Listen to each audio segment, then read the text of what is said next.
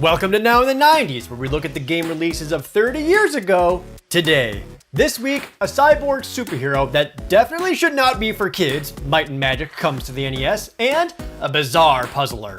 I'm your host, Jared, and today is August 12th, 1992.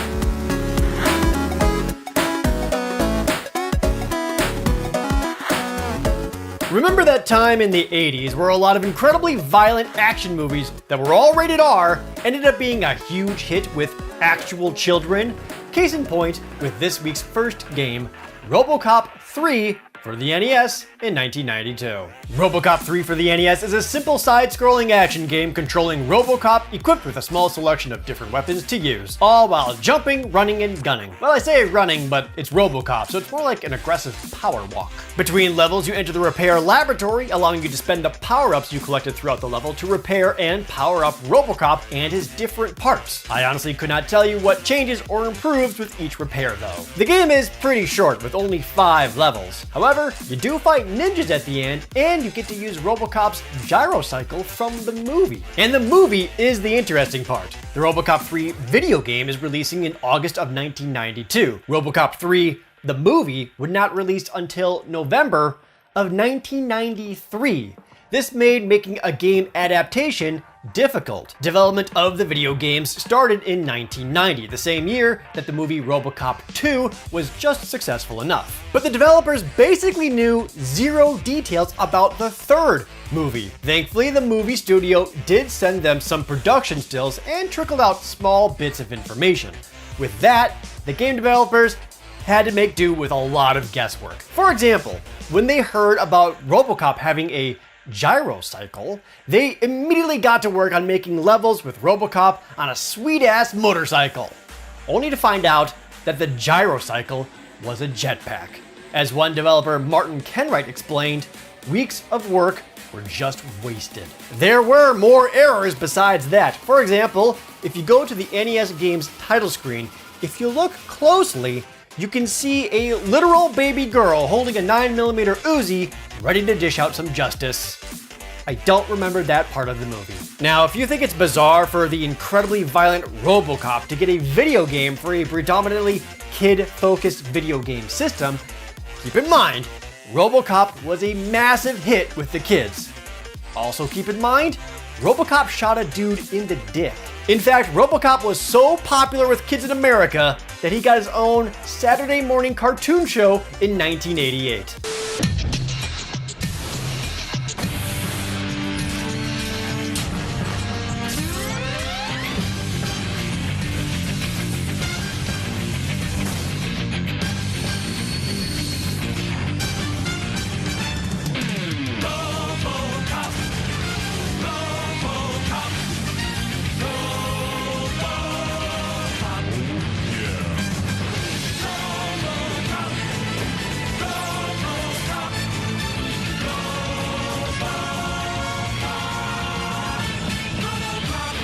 RoboCop 3, the video game, was made to hype up kids and drag the parents along to go see the movie in theaters. Again, an entire year later, the SNES game comes out in September of 1992, and the Genesis version comes out in early 1993, and the computer versions already came out in late 1991.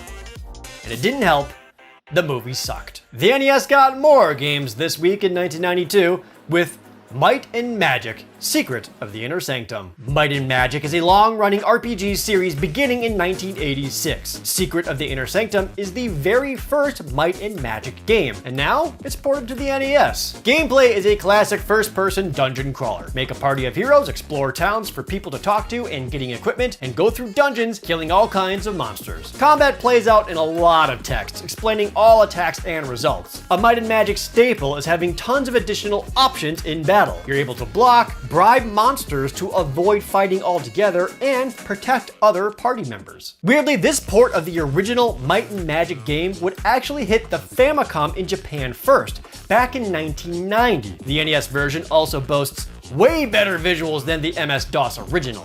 For one, there's actually some color in everything, and the animations of the walls in the dungeons really does help a lot with not feeling lost. Weirdly, this isn't the most advanced version of Might and Magic 1.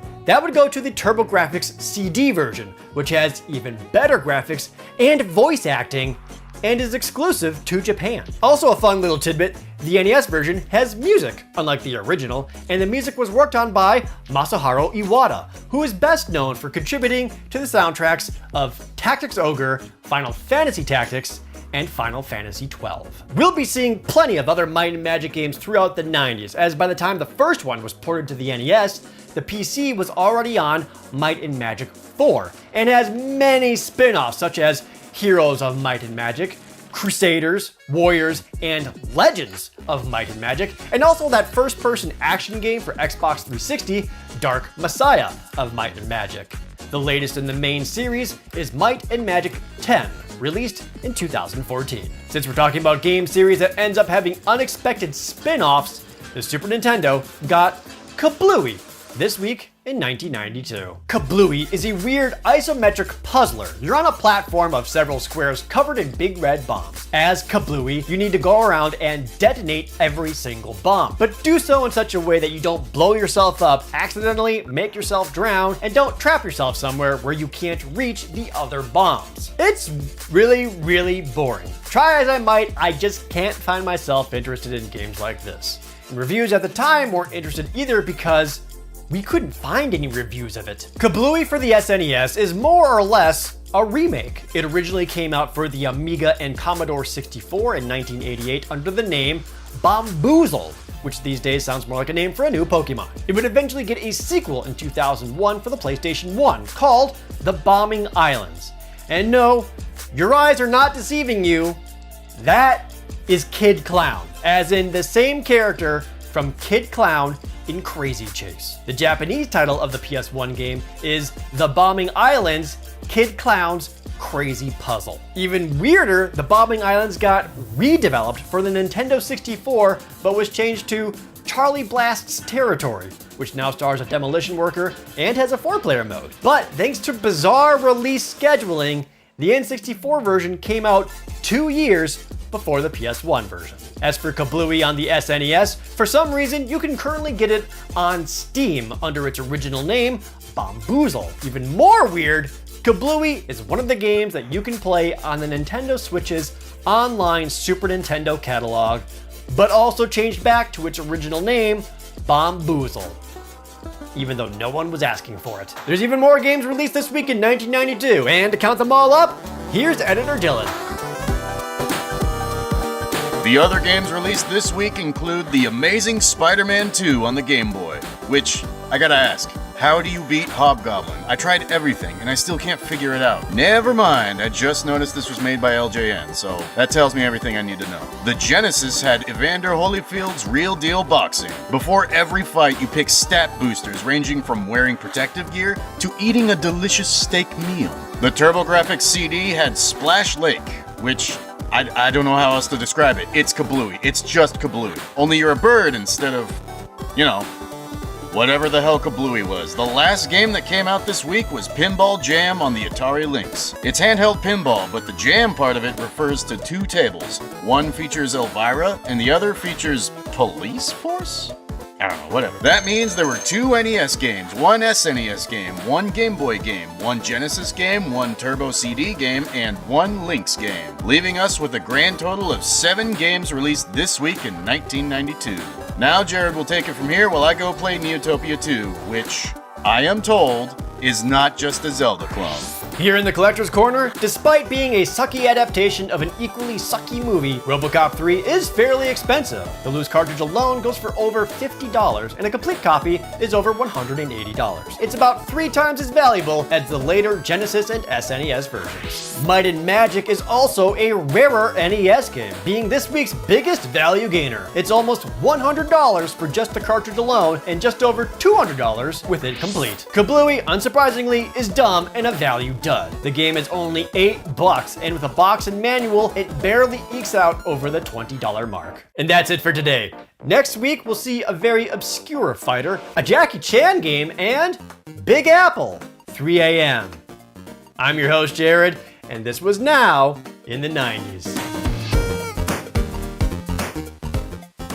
Thank you so much for watching Now in the 90s. Please like the video and leave a comment down below and subscribe if you aren't already. And if you already are a subscriber, thank you so much for watching this show. Do you remember how old you were when you first saw the RoboCop movie? And do you remember just how violent it was? I definitely should not have seen it when I was like 7 or 8 or whatever it was. But I do love RoboCop for it.